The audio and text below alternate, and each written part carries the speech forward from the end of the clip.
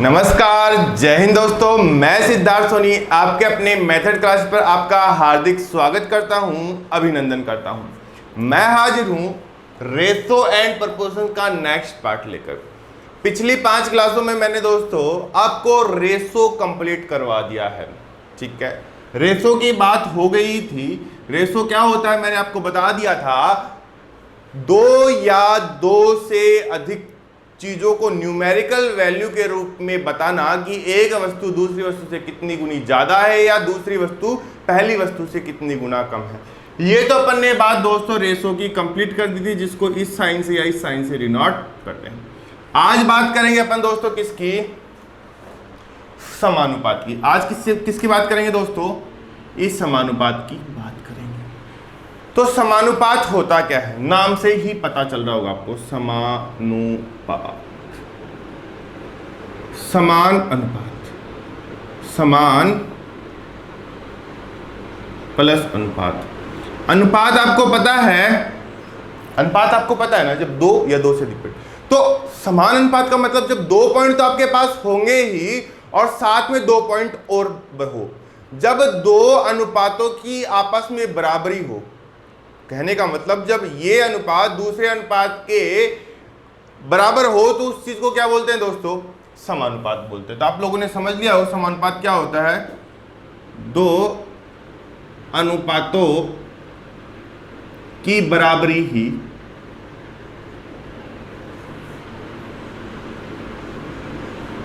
समानुपात कहलाती है। ओके, तो ये बात हो रही है दोस्तों समानुपात की। ठीक है, तो अपन स्टार्ट करते हैं अपना टॉपिक समानुपात। अब धीरे धीरे सारी चीजें मैं आपको समझा देता हूं। देखो, पहले बात कर लेता हूं समानुपात के साइन की। समानुपात का साइन होता है दोस्तों ये, जिसको यदि मैं इन दोनों लाइनों को मिला दूं तो एक होता है समानुपात का निशान बराबर का। तो बराबर बोल दो या 2 डॉट ऊपर 2 डॉट नीचे लगा दो। तो ये भी दोस्तों किसको बताता है? 2 अनुपातों की बराबरी को शो ये करता है, यही काम ये करता है। मैं ये समानुपात आपको दोस्तों 2 तरीके से पढ़ाने वाला हूं। 2 तरीका का मतलब मेरा ये रहता है दोस्तों, मैं आपको साथ साथ उसका बेसिक ज्ञान भी देता रहूं और साथ साथ का जो आपके क्वेश्चन के न्यूमेरिकल में उसको कैसे आप अप्लाई करोगे वो सारा भी मैं आपको बताता रहूं। ठीक है, पहले मैं उसका वैसे लिख देता हूं कि भाई समानुपात में मैंने क्या बोला? 2 अनुपातों की बराबरी, तो 1 अनुपात तो ही हो गया। ठीक है, इसके अनुपात इसकी बराबरी किससे कर दी मैंने? C अनुपात D से। तो इस चीज को यदि मैं ऐसे लिख सकता हूं तो इस चीज का मतलब समझे आप? जैसे कि मैंने लिख दिया भाई 3/4 लिख दिया, बातें समझना। इसी के साइड में मैं एक ऐसा मान लिख दूं जो इसकी बराबरी कर रहा हो। बराबरी का मतलब जैसे कि मैं कोई भी नंबर ले लूं, जैसे कि दोस्तों मैं ले लेता हूं 6, 8। क्या ये बराबर नहीं है? कि मैंने फर्स्ट दिन आपको क्लियर कर दिया था 3/4। क्या ये कट के 3/4 नहीं है क्या दोस्तों? मेरे को इतना बता दो। तो ये होता है समानुपात।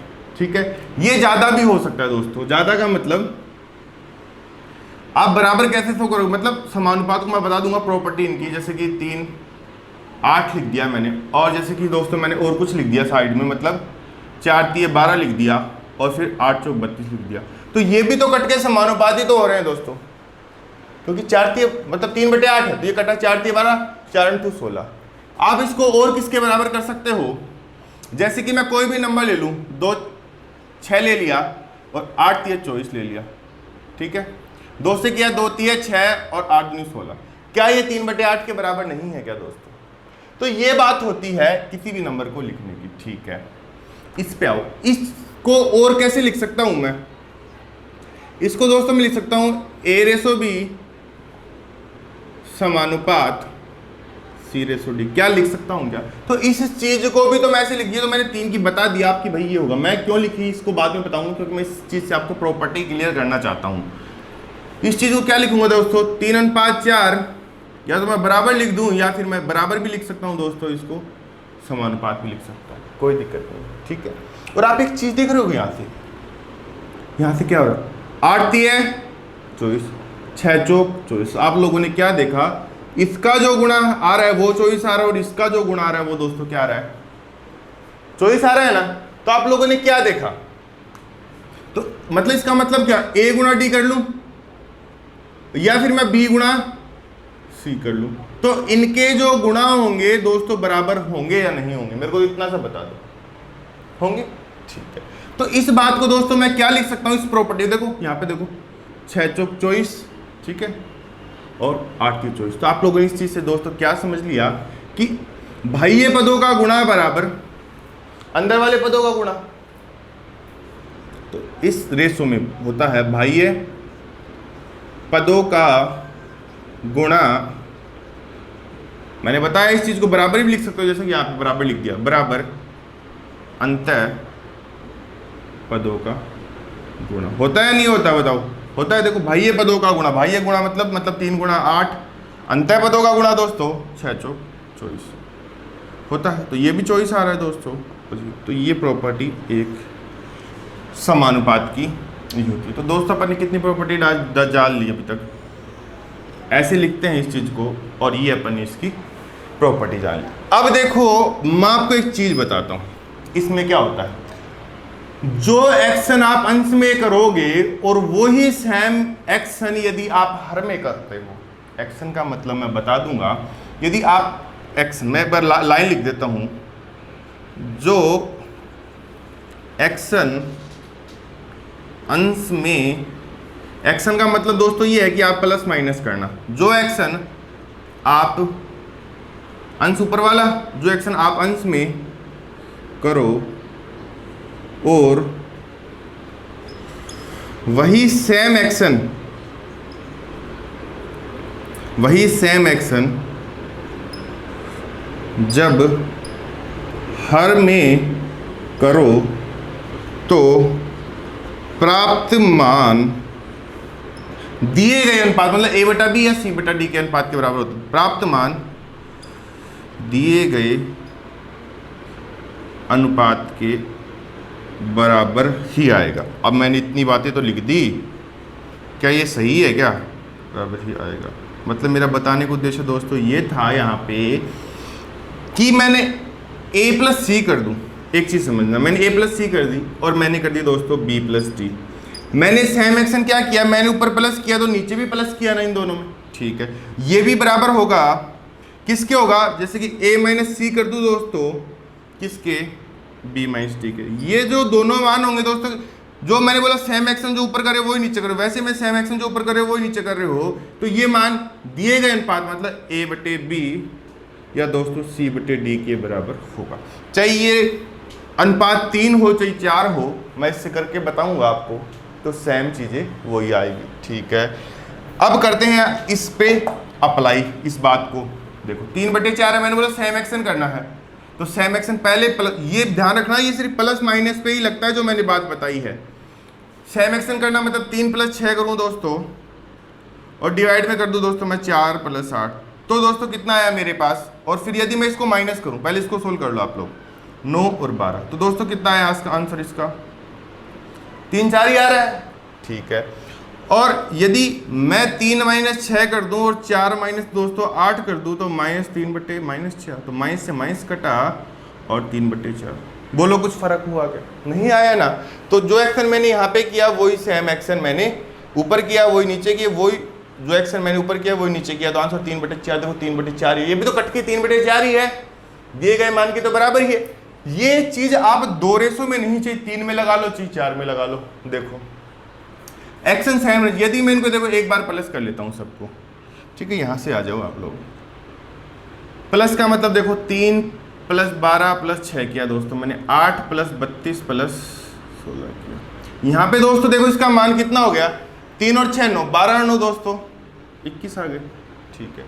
अब देखो यहाँ पे तो दोस्तों 32 और 8 40, 40 और 16 दोस्तों कितने हो गए, 56 हो गए। ये किससे कट रहा है दोस्तों, 40 और 16 56, ये किसी से कट रहा है क्या, 7 से कटेगा, 7 21 और 7 8 56।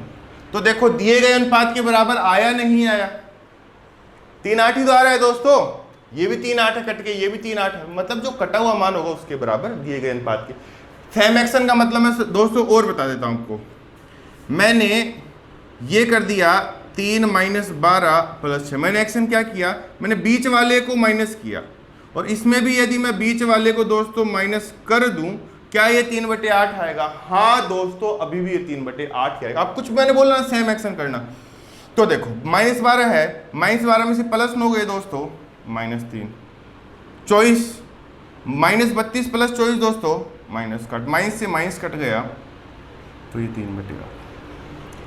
तो ये दोस्तों इसकी प्रॉपर्टी हो गई, किसकी? समानुपात की। अब मैं एक प्रॉपर्टी आपको, ये जो चीजें हैं ना, ये तो दिए गए अनुपात के बराबर होगी। अब मैं आपको एक प्रॉपर्टी और बताना चाहता हूं, उसको भी ध्यान से समझ लो। इसको एक बार मैं बिठा रहा हूं, बीच वाले को, ठीक है? नहीं लिखा तो उसको बैक करके इसका स्क्रीनशॉट एक बार आप ले लो। मिटा दूं इसको एक बार, देखो। अब मैं क्या बताना चाहता हूं और कैसे काम करता है। ये चीजें तो सिर्फ इसके लिए होगी, इसके बराबर होगा, लेकिन अलग से सेपरेट चीजें भी बराबर होगी। सेपरेट मतलब ये अपने आप में बराबर। यदि मैं ये सेम एक्शन कर दूं, a/a+, आप कुछ भी कर रहे होंगे, और वैसे ही आपने c+d कर दिया, मतलब मैंने नीचे प्लस किया नहीं इसको लेके, और इसको लाके मैंने नीचे प्लस कर दिया। तो ये चीजें आपस में तो बराबर होगी, लेकिन कभी इनके बराबर नहीं होगी। तो आप ऐसा कर सकते हो, यदि आपकी नीड होगी, तो जब अपन क्वेश्चन पढ़ेंगे आगे धीरे धीरे, तो अपन ऐसा कर सकते हैं। आपको अप्लाई करके दिखाता हूँ। इन्हीं में लगेगा, उनमें लगेगा नहीं, अब उनमें भी लग जाएगा। a कितना हो, यहाँ पे 3 हो गया, और नीचे क्या मैंने 3 और 4 6 और 8, 3/7 आ गया दोस्तों, और यहाँ पे दोस्तों 6/14 आ गया। तो वही तो 3/7 ही तो ये आपस में बराबर होते हैं। मतलब 3/7 भाई कट के भाई मैं 1 बराबर 1 भी तो लिख सकता हूँ। 3/7 3/7, तो 1 बराबर 1 आएगा। इससे आएगा नहीं आएगा? इसमें भी वह सेम एक्शन कर लो। सेम एक्शन का मतलब दोस्तों, जैसे कि मैंने यहाँ पे 3 ले लिया, इनमें दो में कर सकते हो आप, कोई दिक्कत नहीं है। मतलब ये सेपरेट अपने आप में बराबर होगी। जैसे 3 + 8 होंगे, और यदि मैं इसको लिखूँ 12, और यहाँ पे दोस्तों जैसे कि 12 + 32 ले लिए, तो यहाँ पे दोस्तों मेरे पास कितने हैं 3/11, और यहाँ पे 12 34 44, ठीक है? तो ये भी कितना 3/11, ये रहा देखो, 4 से काटोगे 4 × 12, और ये 11। बताओ आपस में बराबर होंगे नहीं होंगे? आप इसको चाहे उसको बराबर लगा लो, जैसे कि 6 लिखा, 6 + 16 लिखा, और यहाँ पे मैंने 6 कितना करूँगा 24 आ जाएगा। और यहाँ पे दोस्तों मैं कितने से करूँ, 3 दूनी सॉरी, यहाँ से कितने से कट रहा है, 2 से काटोगे, 16 और 6 अपने पास तो कितना होगा 22 हो गया, सॉरी ये 22 आ गया। फिर मैंने इसको कितने से काटा दोस्तों, 2 से काटा, तो 3/11। तो ये चीज़ें आपस में देखो ऐसे काम करती है। चाहिए आप ये एक्शन कर लोगे तो भी बराबर आएगा इसी में, या फिर आप ऐसे कर लोगे a - b/b या c - d/d, तो कोई दिक्कत नहीं, ये भी आपस में बराबर होंगे, लेकिन ऐसे नहीं कि वैसे बराबर हो जाएंगे। अब यदि मैं इनको उल्टा कर दूं तो भी तो बराबर होंगे। मतलब a + b/a, c + d/d आपस में बराबर ही तो होंगे। यदि मैं इसको उल्टा कर दूं तो दोस्तों कितना आएगा, उल्टा मतलब b a कर दूं, या d c - d, तो ये दोस्तों आपस में बराबर होंगे।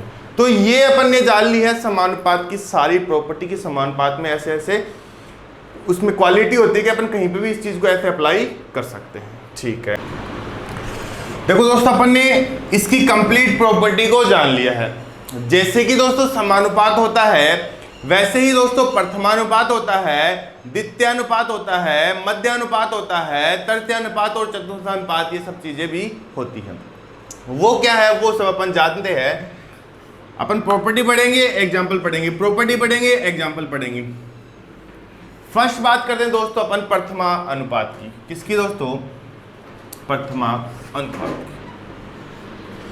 देखना, प्रथमानुपात का मतलब दोस्तों ये कि आपको पहला चाहिए। आप इसको क्या लिखते हो, कैसे लिखते हो, a/b/c/d लिखते हो, मतलब तरीका होता है। तो मतलब आपको यदि ये वर्ड चाहिए, क्या चाहिए दोस्तों, प्रथमानुपात चाहिए, तो आप लोग क्या कर रहे होंगे, चीज समझना,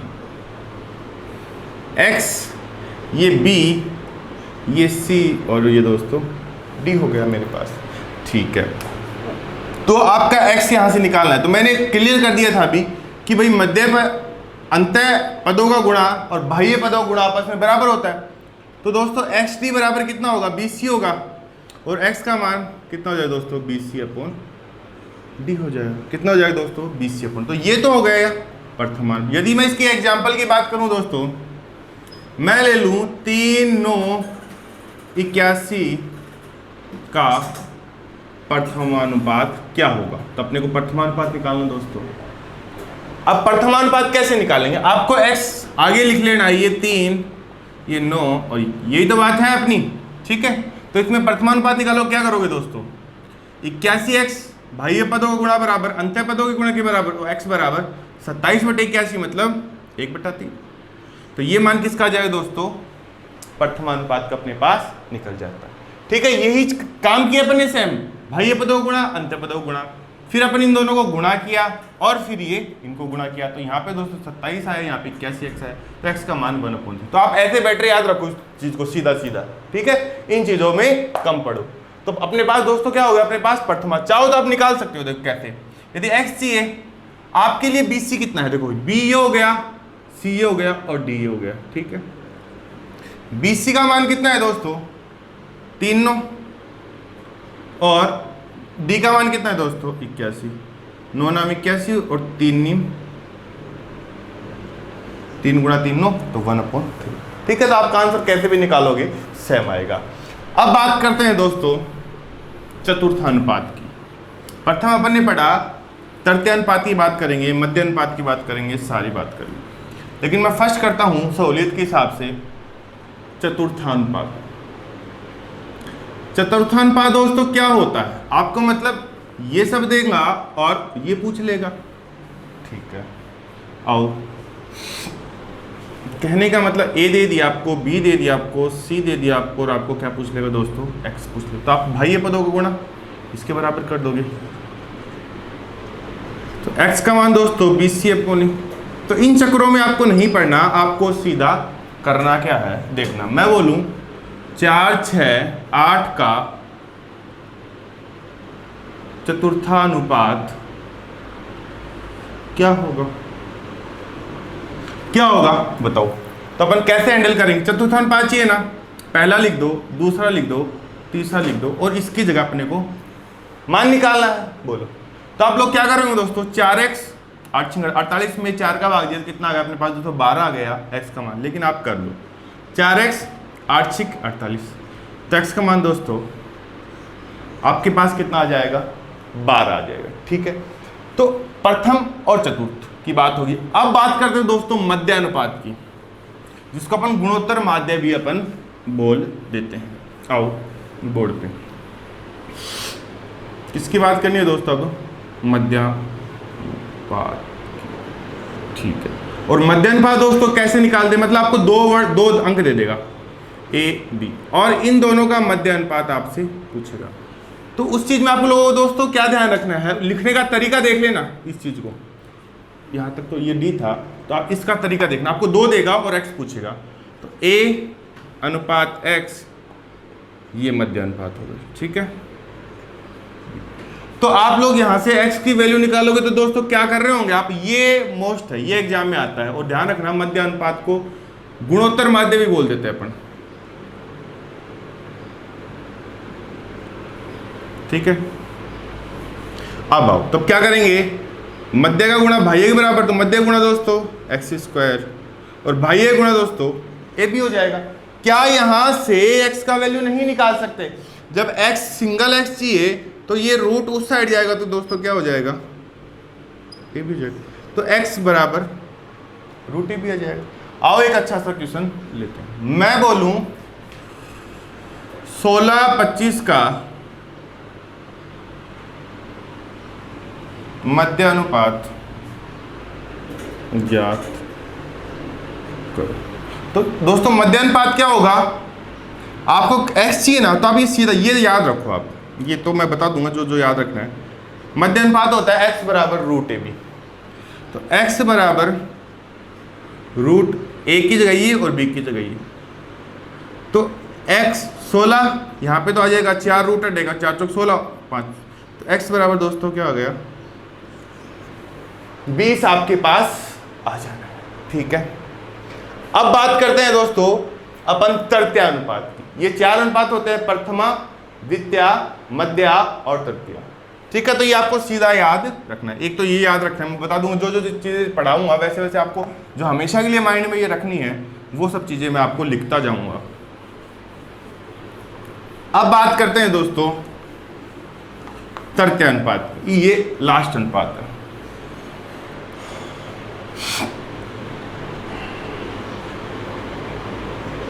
दो अब तृतीय अनुपात में दोस्तों क्या सिस्टम होता है लिखने का, वो चीज आप समझ लो। मैंने ए लिखा, मैंने बी लिखा, मैंने बी लिखा, ये लिखा जाता है तृतीय अनुपात में। आपको ए बी दे देगा और तीसरा पूछेगा आपको एक्स। तो मोस्ट यही है दोनों, एक तो मध्यानुपात और एक तृतीय अनुपात। इसमें क्या याद रखोगे, ये होगा तो ax बराबर बी स्क्वायर होगा, बाह्य पदों गुणा दोस्तों ax और अंत्य पदों गुणा दोस्तों बी स्क्वायर। तो x का मान कितना हो गया, बी स्क्वायर अपॉन, तो ये बात हो गई दोस्तों किसकी, तृतीय अनुपात की हो जाएगी। ठीक है, अब मैं एक क्वेश्चन लेता हूं इन सबका मिक्स करके। देखो दो संख्याएं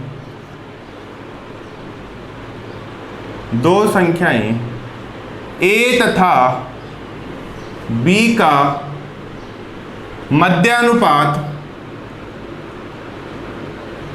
16 है, वह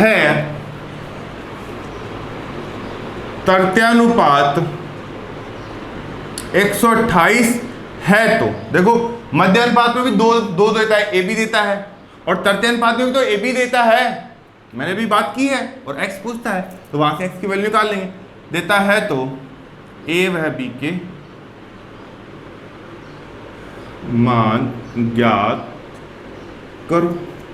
ठीक है, आओ दो चीजें यहां पे दे दी क्वेश्चन में, कितनी चीज दे दी, दो संख्याएं a तथा b का मध्यानुपात 16। मैंने एक चीज बताई, देखो मध्यानुपात कैसे लिया, x बराबर रूट ए भी लिखते हो ना आप, तो इसके बराबर ही तो आपको 16 दे रखा होगा।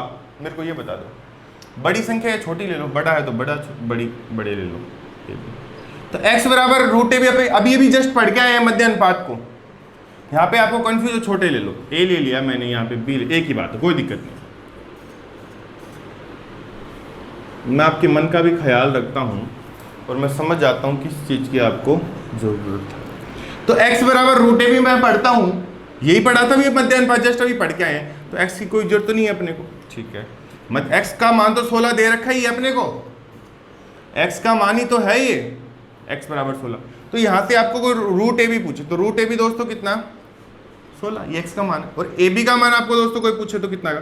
अब रूट दूसरी साइड जाएगा तो इसका स्क्वायर हो जाएगा, स्क्वायर जाता है वो रूट हो जाता है, रूट जाता है वो स्क्वायर, मतलब या फिर बोलते हैं दोनों तरफ स्क्वायर करने पर, तो मैं इसको स्क्वायर कर दिया और मैंने इसको स्क्वायर कर दिया, तो स्क्वायर से रूट कट गया, तो 16 के स्क्वायर 256। ठीक है, ये तो बात हो गई ए बी के दोनों की, ए गुणा भी मेरे पास आ गया, मतलब पहला निष्कर्ष किससे निकल के आया, पहली बात से। ठीक है दोस्तों, दूसरी बात की मैं बात कर लूँ, दूसरी बात क्या है, आपको इनका तृतीयानुपात 128 है। मैंने अभी जस्ट आपको क्लियर किया है, x बराबर बी स्क्वायर अपॉन ए होता है, x बराबर बी स्क्वायर अपॉन ए होता है, मतलब ये x अलग है, ये x इसलिए मैं x निकाल रहा था, x बराबर बी स्क्वायर अपॉन ए, ये मान मतलब x का मान ही तो दे रखा है 128। ठीक है, ये दोनों x अलग अलग है, तो मैंने इसलिए मैं x हटा रहा था, समझ गए मेरी बात को। ठीक है, मतलब B square upon A equal to X, या x बराबर बी स्क्वायर अपॉन ए दे रखा है, x का मान यहाँ पे दे रखा है। ठीक है, ये का अपन ने मान लिया था भी x, ठीक है, अदरवाइज इसका कोई मतलब नहीं। तो मतलब मेरे पास दो समीकरण दे रखे हैं, और ऐसे क्वेश्चनों को आप बचपन से सोल्व करते आए हो, 8, 9, 10 थे, जब दो समीकरण में ए बी का मान है तो दोनों ए बी के मान निकल जाएंगे।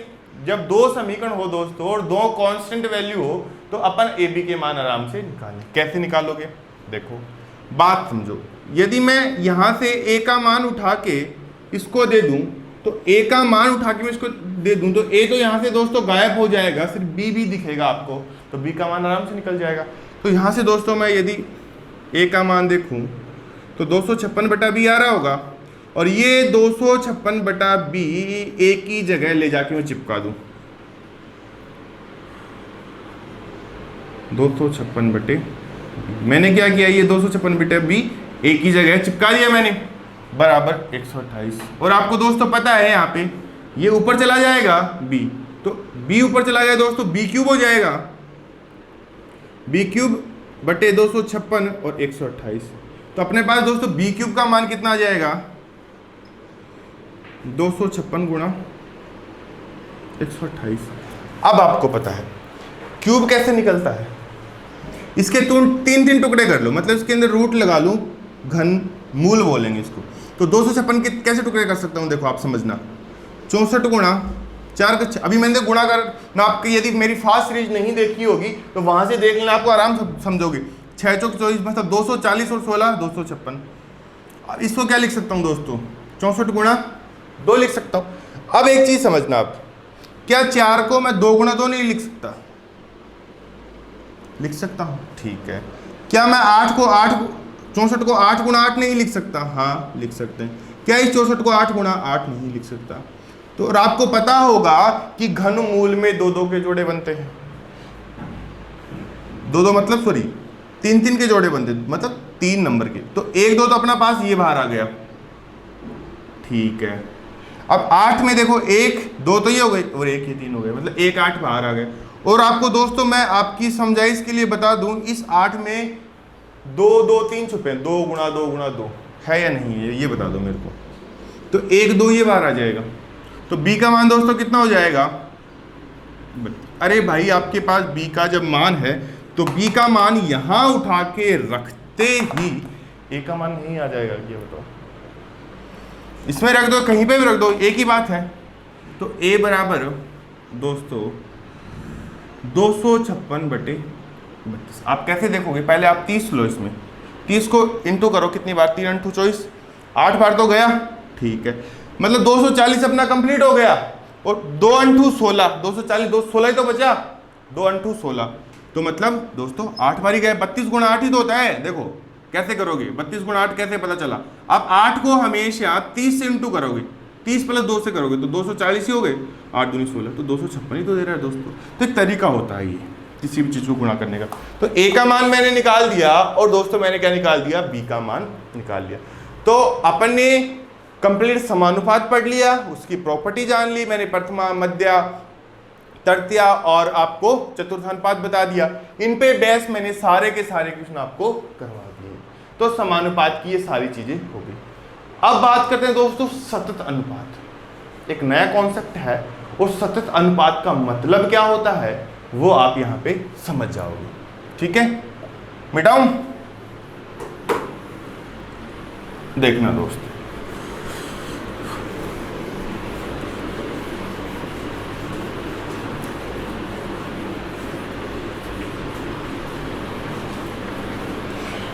आओ बोर्ड पे आओ।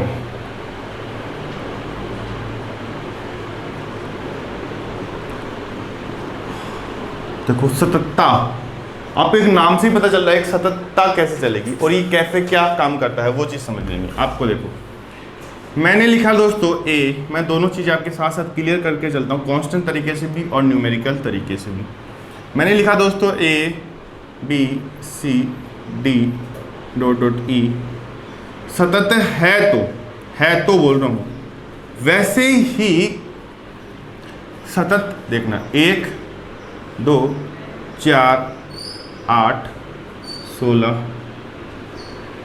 सतत है तो इस चीज़ का मतलब क्या है दोस्तों, इसको लिखने का तरीका आप समझ लेना। यहाँ बोर्ड पे आओ, a/b लिखोगे आप दोस्तों, इसको मतलब कहने का मतलब अनुपात जो होगा वो हर जगह आपका बराबर ही चलेगा, a/b, ठीक है। और फिर क्या करोगे दोस्तों b/c, फिर दोस्तों क्या करोगे c/d, आपस में बराबर होंगे ये, ठीक है। और फिर दोस्तों d/, ये दोस्तों आपस में बराबर होंगे। तो ये कंडीशन होती है दोस्तों सतत अनुपात की। यदि आप इसको थोड़ा सा सोल्व करना चाहो तो यहाँ पे देखो गुणोत्तर माध्य देता है b² = ac, और तो b का मान दोस्तों √ac लिख सकते हैं। तो ये किस चीज को बता रहा है दोस्तों, सतत अनुपात का। ये मैंने आपके लिए एक एग्जाम्पल ले लिया, ये एग्जाम्पल देखो क्या बोलता है, 1/2 बराबर 2/4 होगा, देखो काट के देखो 1/2 आता है। और वैसे ही आगे बढ़ोगे तो 4/8 1/2 आता है, आगे बढ़ोगे तो 8/16 1/2 आता है। तो ये सब चीज़ें किसको बताती है दोस्तों? सत्यता अनुपात को। मतलब देखो 8 दूनी 16, 4 चौक 16, 16 चौक 64, 58 64, मतलब ये आपस में बराबर रहती है। मतलब ये गुणोत्तर माध्य की तरह काम करती है। इस पे डिपेंड मैं एक अच्छा सा क्वेश्चन आपके सामने पेश करता हूं, समझना। क्वेश्चन आप लिखो मेरे साथ साथ। 3 भाइयों की आयु, 3 भाइयों की आयु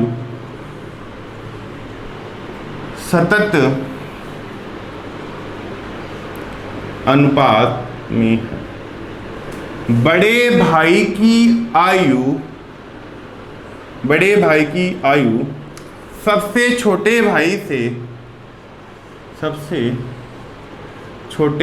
से 7 वर्ष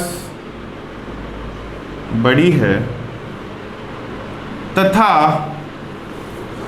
सबसे छोटे